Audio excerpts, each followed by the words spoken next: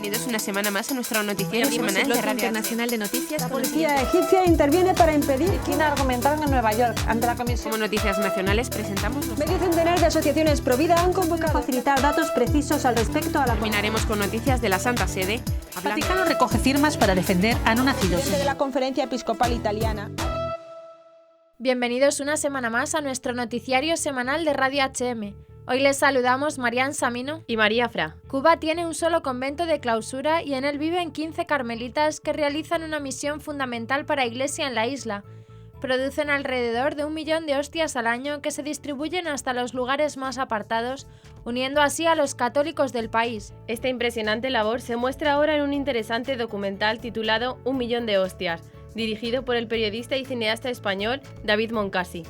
En entrevista, Moncasi cuenta que todo comenzó en un viaje familiar a Cuba, en el que descubrió un imponente edificio que resultó ser el único convento de clausura que hay en la isla.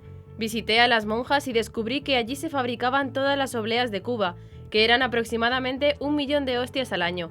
Supe de alguna manera que ahí había una gran historia y que había que contarla. Las religiosas nos hicieron esperar 4 años para darnos el visto bueno a la grabación, pero al final lo conseguimos, explicó Moncasi.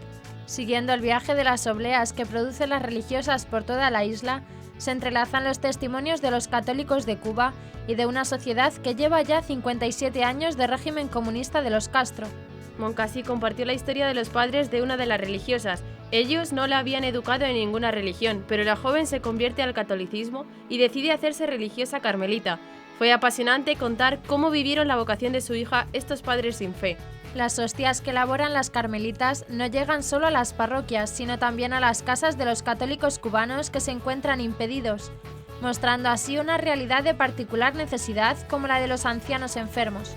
El documental termina mostrando la visita histórica a Cuba del Papa Francisco, ya que él y la Iglesia Católica ha tenido un papel fundamental en la mejora de las relaciones diplomáticas con Estados Unidos. El documental se estrenó en Cuba ante más de 1000 personas y fue recibido con buena crítica. En las partes en las que aparece la realidad más cruda, como es la cartilla de razonamiento o una mujer que cobra de sueldo 17 euros al mes, los cubanos se reían, comentó el periodista. Comenzaremos con las noticias de interés internacional. Siria. El ejército sirio sigue liberando las zonas ocupadas por los grupos armados. Perú. El congresista pide que el Estado deje de promover la ideología de género. Francia. Despierta del coma antes de que la desconectaran. Estados Unidos. Texas obliga a los abortorios a pagar el entierro de los bebés que matan. Venezuela. Caritas. Gobierno sigue bloqueando los suministros humanitarios. Pasaremos después a las noticias nacionales. Censuran el libro de Acte Oír sobre las leyes LGTBI. Lo que se celebra en Navidad es el nacimiento de Cristo. Vive estas Navidades con San Pablo. Retiran un cartel publicitario de la Semana Santa en Granada. 10 años tendiendo una mano a las mujeres obligadas a prostituirse. Y por último comentaremos algunas de las noticias más destacadas de la Santa Sede. Papa Francisco, el Adviento nos invita a dejarnos sorprender por el Señor. ¿Cómo acercarse al Señor en Navidad?, dice el Papa Francisco. Francisco recibe a Martin Scorsese, director de la película Silence. El Santo Padre, el compromiso misionero no puede ser solo un adorno. Última catequesis de la misericordia. El ejército gubernamental sirio ha lanzado a mediados de noviembre una gran ofensiva contra las posiciones de los grupos radicales en los barrios orientales de Alepo, en el noreste de la ciudad.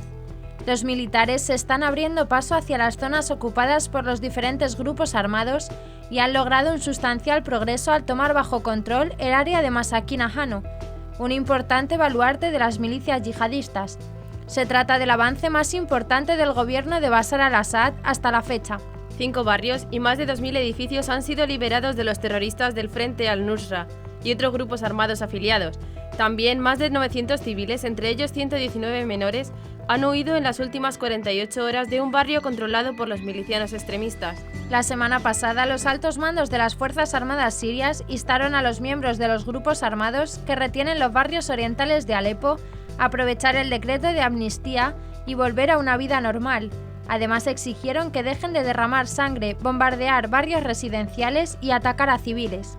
Los grupos terroristas como Harakat Nur al-Din al-Yenki y Ahrar al-Sham, que integran el Frente al-Nusra, retienen a civiles en el este de la ciudad y no les dejan salir por los corredores humanitarios abiertos por el ejército sirio.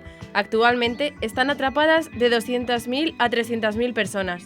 Desde marzo de 2011, el país vive un conflicto en el que las tropas gubernamentales se enfrentan a grupos armados y organizaciones terroristas, entre ellas el autodenominado Estado Islámico y el Frente al-Nusra. En los últimos meses, los combates más intensos se libran en Alepo y sus alrededores. En la sesión del Pleno del Congreso del lunes 28 de noviembre de 2016, el congresista Julio Rosas cuestionó que ministerios e instituciones del Estado utilicen el presupuesto público para promover la ideología de género, la cual es contraria a los principios y valores que sustentan a la sociedad peruana. Pido públicamente que estas instituciones no estén siendo tomadas por serviles de esta ideología que pretenden secuestrar al Estado peruano para imponer este pensamiento totalitario en la sociedad peruana, dijo.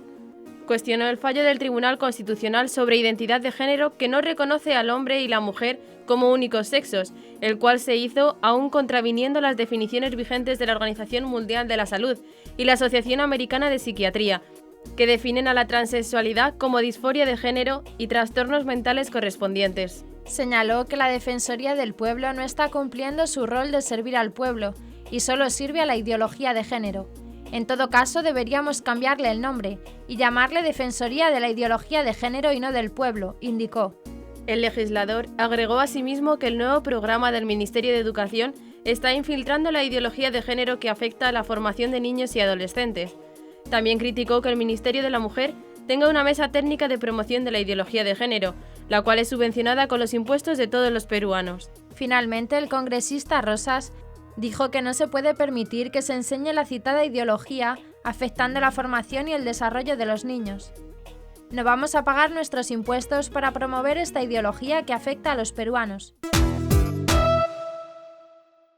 Marwa, una bebé de 1 año y medio, despertó del coma cuando los médicos se disponían a desconectarla de los aparatos que la mantenían con vida en un hospital de Niza, Francia. La pequeña niña había quedado en estado de coma desde septiembre. Medios locales informan que un virus la había atacado fuertemente afectando su salud. Los médicos no daban esperanzas, informaron a los padres que el virus había provocado graves trastornos neurológicos y que consideraban que la bebé no volvería a reaccionar. Sin embargo, ellos decidieron seguir en la batalla, se negaron a que se le retirara la respiración artificial y acudieron a los tribunales para que neurólogos volvieran a analizar el estado de la menor. Las autoridades aceptaron la petición y los expertos volvieron a revisar el estado de la niña, pero los resultados fueron los mismos. Marwa no tenía posibilidades de volver en sí. La sorpresa vino días después. El padre comenzó a hablarle. La pequeña abrió los ojos y reaccionó. El momento fue grabado y el vídeo fue compartido en YouTube. El estado de Texas se está convirtiendo en la gran pesadilla de los grupos abortistas.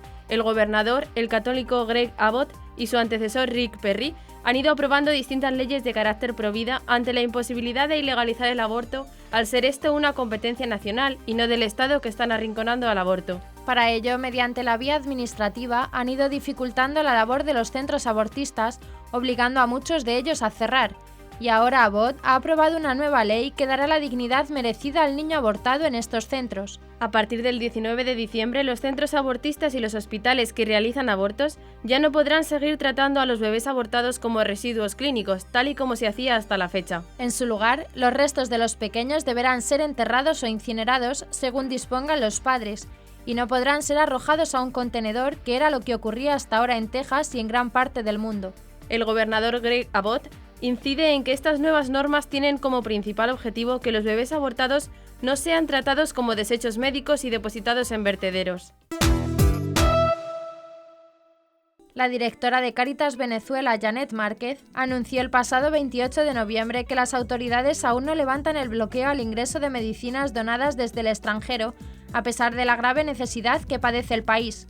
Un lote de medicamentos proveniente de Chile y de gran demanda para la población permanece en aduanas desde el mes de agosto.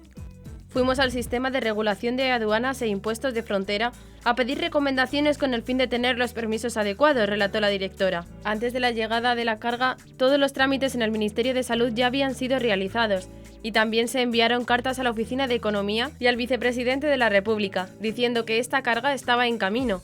indicando las características de las medicinas e incluso los contenedores con el fin de acelerar los permisos para los procedimientos. A pesar de todas estas acciones, la organización caritativa de la Iglesia no ha podido obtener respuesta y las medicinas no han podido llegar a los pacientes. La Iglesia está muy preocupada porque la situación empeora, mientras que los procedimientos de SENIAT se están volviendo complicados y necesitamos un permiso. El presidente de la Asociación Solidaridad Acción, Feliciano Reina, expresó a Fides su preocupación por la ausencia de una autorización estatal para el ingreso de medicamentos, que deben llegar a los lugares de mayor necesidad y que dependen de la asistencia de la Iglesia.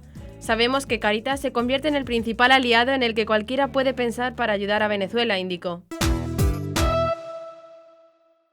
La alcaldesa de Getafe, la socialista Sara Hernández, ha emprendido una campaña para desacreditar el folleto informativo elaborado por Hazte-Oír sobre las leyes de adoctrinamiento sexual LGTBI, distribuido en 16.500 colegios públicos y privados en toda España. A su juicio, el folleto explicativo trata de utilizar a niños y niñas para infundirles ideas homófobas que sí pretenden un adoctrinamiento muy alejados de los avances que en términos de igualdad y respeto sexual hemos conseguido en España. De esta manera, el Departamento de Educación ha emprendido una campaña en todos los colegios e institutos públicos de Getafe para desacreditar el estudio elaborado por la asociación. El folleto, que ha despertado los reproches del lobby LGTBI, se trata de un trabajo de análisis de las diferentes leyes LGTBI que rigen en la actualidad en España, titulado ¿Sabes lo que quieren enseñarle a tu hijo en el colegio? Las leyes de adoctrinamiento sexual. Su distribución a los directores de colegios de toda España ya ha sido objeto de denuncias por parte de diferentes entidades y personalidades del lobby LGTBI, como la Asociación Arcoíris de Granada, la llamada Plataforma por los Derechos Trans o Carla Antonelli. Hazteoír.org, además de la distribución a instituciones educativas, tiene previsto distribuir 100.000 ejemplares a todo el que lo solicite.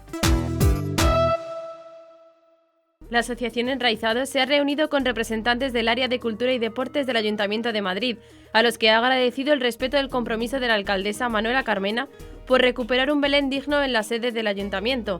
El año pasado, Enraizados pidió en un encuentro con Carmena que conservase completo el Belén napolitano del Palacio de Cibeles, y así lo ha hecho este año. La asociación cívica también ha solicitado al consistorio que recupere los belenes de la Puerta de Alcalá, en el tricentenario del nacimiento de Carlos III, y de la Plaza Mayor, lugar emblemático de la Navidad madrileña tanto para vecinos como para turistas. Sin embargo, otras citas del programa de Navidad de la capital hacen pensar en el deseo del Ayuntamiento de descristianizar la Navidad.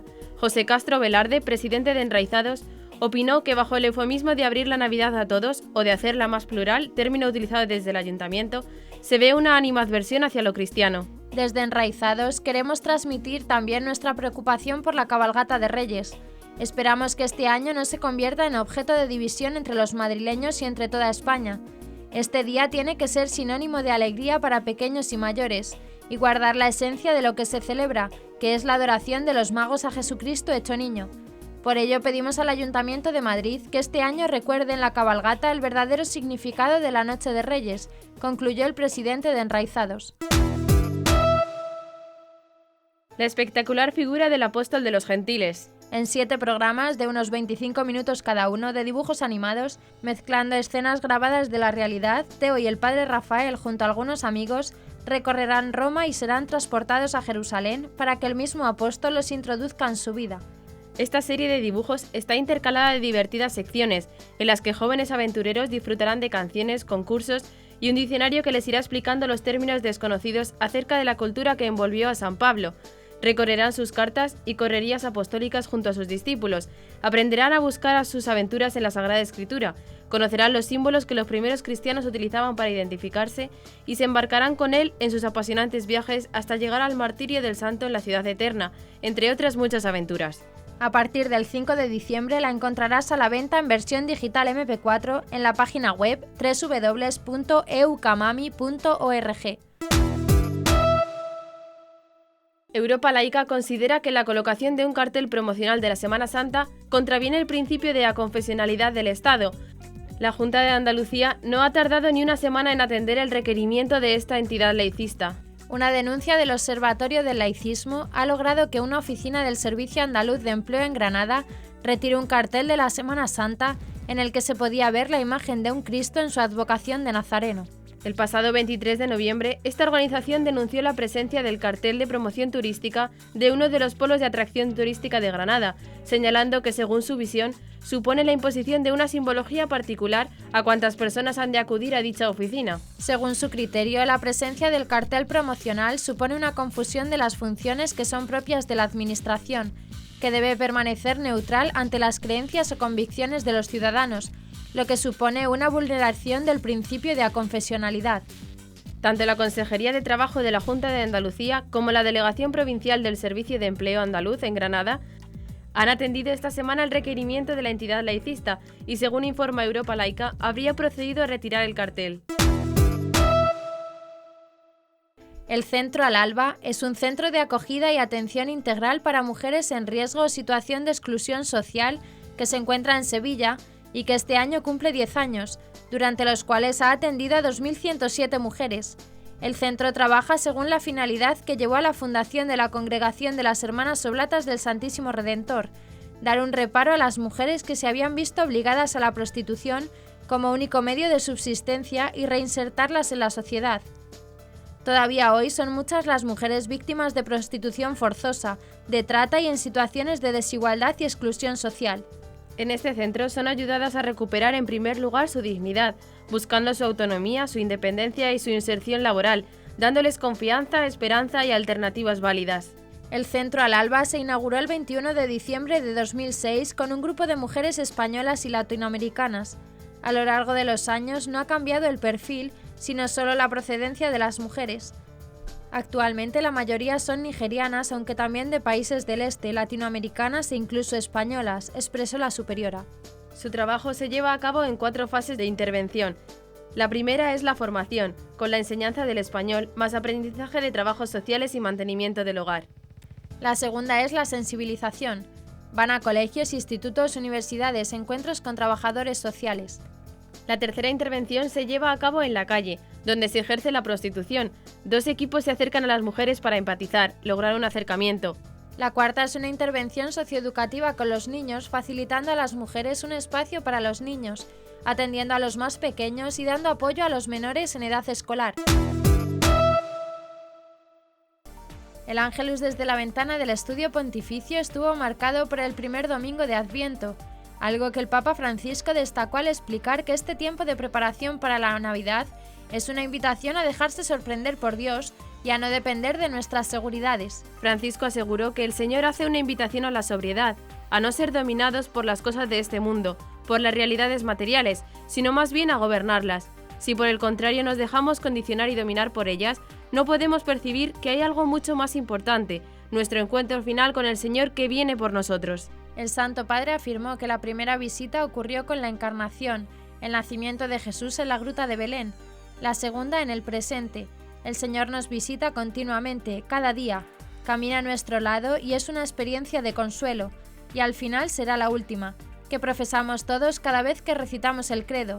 Dios vendrá de nuevo en la gloria para juzgar a los vivos y a los muertos. Francisco habló de la venida de improviso del Señor. Siempre nos sorprende pensar en las horas que proceden de una gran calamidad. Todos hacen las cosas sin darse cuenta de que su vida está a punto de ponerse del revés. El Evangelio no nos quiere dar miedo, sino abrir nuestro horizonte a otra dimensión, más grande, que por una parte relativiza las cosas de cada día, pero al mismo tiempo las hace más preciosas, decisivas, agregó. Durante la Navidad, Dios se revela a los humildes, a los pequeños, destacó el Papa Francisco en la misa celebrada el 29 de noviembre. Por ello subrayó la importancia de hacerse pequeños en este tiempo para poder acercarse al Señor que viene. A raíz del comentario del Evangelio del día, el Santo Padre recordó que en Navidad veremos la importancia de la pequeñez, veremos la importancia de lo pequeño. Un niño, una estrella, una madre, un padre, son las pequeñas cosas, un corazón grande pero una apariencia pequeña. Francisco utilizó la imagen de un pequeño brote, una cosa pequeña que terminará siendo un árbol grande, para referirse a la Natividad del Señor. En ese brote reposará el Espíritu del Señor, el Espíritu Santo, y en ese pequeño brote encontraremos la virtud de los pequeños y del temor del Señor. El Papa animó a caminar en el temor del Señor, que el temor del Señor no os dé miedo, el temor del Señor es humildad. También llamó a cumplir el mandamiento que Dios le dio a nuestro padre Abraham: camina en mi presencia y sé irreprochable. La humildad del pequeño es aquella que camina en la presencia del Señor. No necesita presumir ante los demás, basta con ver sus actos para sentir al más pequeño, resaltó el Santo Padre. El Papa Francisco recibió el 30 de noviembre en audiencia privada a Martin Scorsese, el director de la película Silence, adaptación de una novela acerca de la persecución que sufrió un grupo de jesuitas en el Japón del siglo XVII. La reunión fue muy cordial y duró cerca de 15 minutos, indicó el Vaticano. El Papa dijo a los presentes que había leído el libro Silence que inspiraba la película. Además habló de cómo los jesuitas sembraron la semilla en Japón y el Museo de los 26 Mártires. Scorsese entregó al Santo Padre 2 cuadros relacionados al tema de los cristianos ocultos. Uno de estos representa una imagen muy venerada de la Santísima Virgen. La otra es un trabajo hecho por un artista japonés del siglo XVIII. Por su parte, el Papa regaló rosarios a sus invitados. Silence es la adaptación de una novela de 1966 escrita por el japonés Susaku Endo, sobre la persecución de un grupo de jesuitas de Japón del siglo XVII, un tiempo en el cual la fe era castigada y aquellos que la practicaban eran torturados y ejecutados. La cinta fue exhibida el 29 de noviembre en el Pontificio Instituto Oriental, administrado por la Compañía de Jesús en el Vaticano. El Papa Francisco aseguró que aunque experimentemos muchas fragilidades y tal vez podamos sentirnos desanimados, debemos alzar la cabeza a Dios sin dejarnos aplastar por la sensación de incapacidad o ceder al pesimismo, que nos convierte en espectadores pasivos de una vida cansada y rutinaria. No hay lugar para el temor. Dios mismo viene a purificar nuestros labios impuros, haciéndonos idóneos para la misión de la evangelización. Así lo explicó en el mensaje para la 54 Jornada Mundial de Oración por las Vocaciones, que se celebrará el 7 de mayo de 2017 y lleva por tema Empujados por el Espíritu para la Misión. En preparación para dicha jornada, ha sido publicado el mensaje del Santo Padre dirigido a obispos, sacerdotes, consagrados y fieles de todo el mundo. De este modo, este año el Papa ha querido centrarse en la dimensión misionera de la llamada cristiana. Todos los cristianos, aseguró, han sido constituidos misioneros del Evangelio. Es más, el compromiso misionero no es algo que se añade a la vida cristiana, como si fuese un adorno, sino que está en el corazón mismo de la fe. La relación con el Señor, aseguró Francisco, implica ser enviado al mundo como profeta de su palabra y testigo de su amor. Todo cristiano, en virtud de su bautismo, es un Cristóforo, es decir, portador de Cristo para los hermanos. Al respecto, aseguró que esto vale para los que han sido llamados a una vida de especial consagración y también para los sacerdotes. Además, afirmó que nunca podrá haber pastoral vocacional ni misión cristiana sin la oración asidua y contemplativa. En este sentido, es necesario alimentar la vida cristiana con la escucha de la palabra de Dios y sobre todo cuidar la relación personal con el Señor en la adoración eucarística, lugar privilegiado de encuentro con Dios. El Papa Francisco pronunció en la audiencia general del 30 de noviembre la última catequesis sobre la misericordia después de un ciclo que ha durado casi un año, en el que ha explicado diversos aspectos de la misma con motivo del Jubileo de la Misericordia que fue clausurado el pasado 21 de noviembre. Francisco reflexionó en esta ocasión sobre rezar por los vivos y por los difuntos, otra obra de misericordia espiritual. A esta le podemos añadir también la última obra de misericordia corporal, que invita a sepultar a los muertos, dijo. Puede parecer una petición extraña esta última, pero en algunas zonas del mundo que viven bajo el flagelo de la guerra, con bombardeos que día y noche siembran miedo y víctimas inocentes, esta obra es tristemente actual. Para los cristianos, la sepultura es un acto de piedad, pero también de gran fe.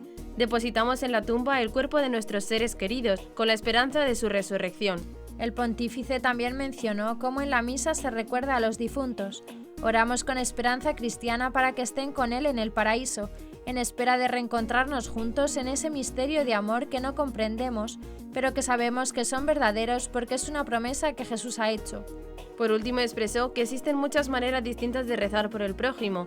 Pienso en particular en las madres y los padres que bendicen a sus hijos por la mañana y por la tarde, a la oración por las personas enfermas, a la intercesión silenciosa, a veces con lágrimas en muchas situaciones difíciles.